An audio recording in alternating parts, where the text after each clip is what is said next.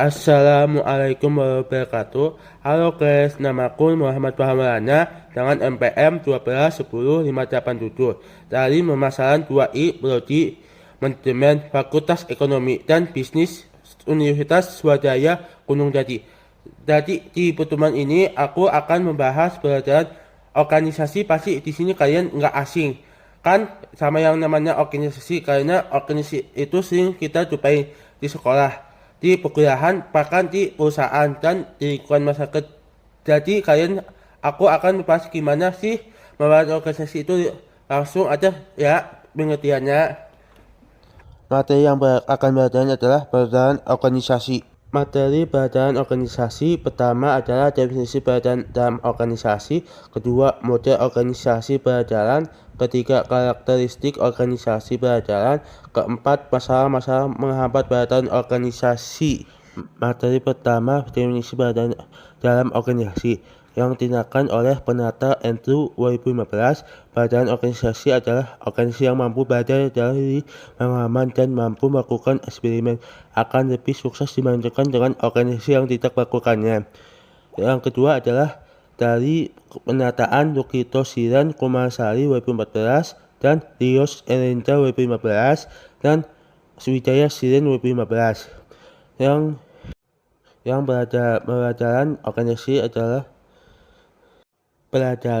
organisasi yang secara terus-menerus belajar meningkatkan kapasitas untuk berubah. Pelajaran organisasi berupa adanya tindakan dari organisasi merupakan perubahan dalam pengetahuan organisasi untuk memberikan pengalaman kepada organisasi. Materi yang kedua adalah model organisasi pelajaran. Yang pertama, proses melatihkan atau etnosa proses. Yang kedua, proses mengingat extension proses.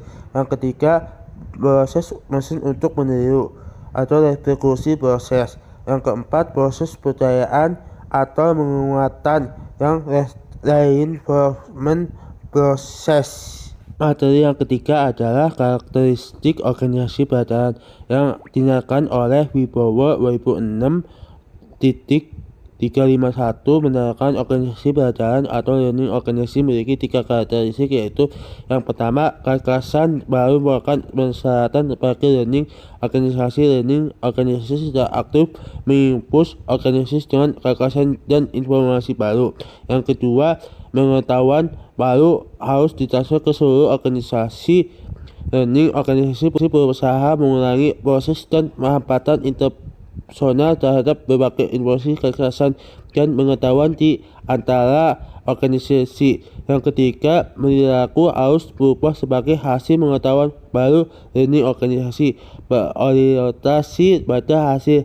Lingkungan diperkuat di mana pekerja didorong menggunakan perilaku dan proses operasional baru untuk mencapai tujuan korporasi. Materi yang terakhir adalah masalah-masalah menghambat pelajaran organisasi yang dibagi dua. Yang pertama, organisasi menghambat untuk belajar.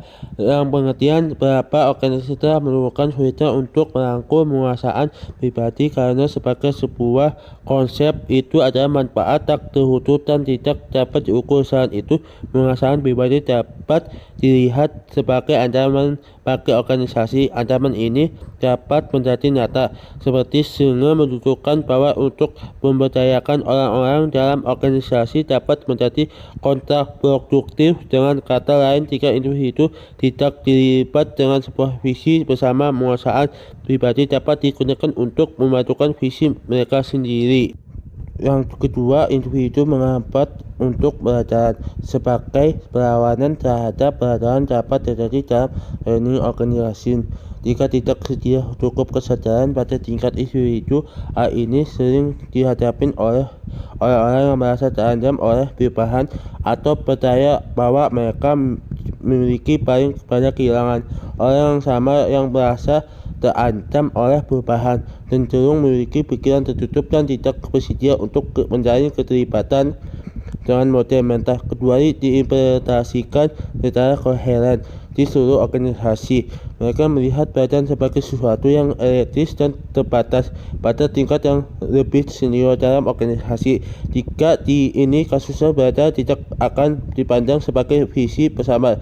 Jika pelatihan dan pengembangan adalah wajib itu dapat dilihat sebagai bentuk kontrol, bukan suatu bentuk pengembangan pribadi yang mengejar penguasaan pribadi dibandingkan mengejar tujuan organisasi secara bersama.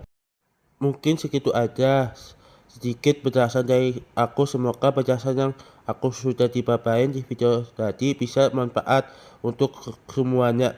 Buat kalian semua jangan lupa like, komen, dan subscribe ya. Bye bye.